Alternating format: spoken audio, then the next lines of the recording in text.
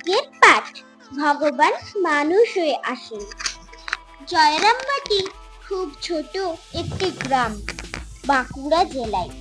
সেখানে রামচন্দ্র মুখোপাধ্যায় নামে এক দরিদ্র ব্রাহ্মণ বাস করতেন। তার পত্নীর নাম শ্যামা সুন্দরী। খুব ধার্মিক ছিলেন তারা, খুব সরল উদার। শ্রী রামচন্দ্রের উপাসক।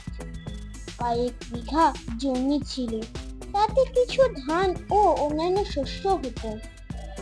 রামচন্দ্র গ্রামে পুরোহিতেরও কাজ করতেন।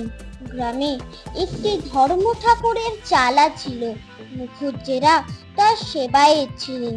এতেই মোটামুটি ভাবে সংসার চলে যেত।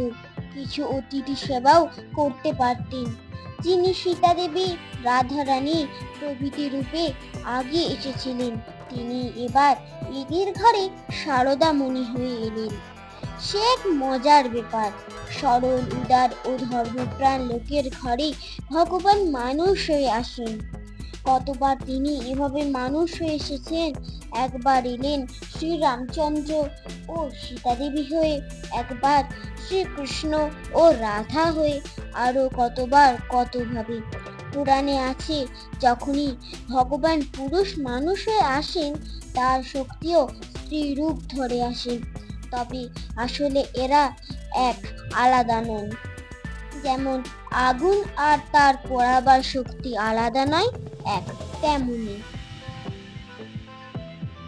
যাকে আমরা মা দুর্গা বলি, মা কালী, মা সরস্বতী, মা তারা, মা ষোড়শী ইত্যাদি বলি, যিনি জগতের মা, তিনি সারদা দেবী হয়ে এসেছিলেন।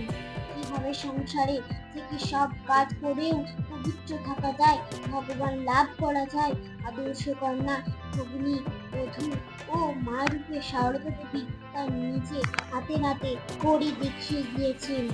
নিজেই বলেছেন, আদর্শ হিসেবে যা করতে হয় তার ঢের বারো করেছি। জগৎ জননী যিনি জগদীশ্বরী, এসেছেন বহুবার নরদেহ ধরি। এসেছেন সীতা হয়ে, হয়েছেন রাধা, এবারে এলেন হয়ে শ্রী সারদা মাতা।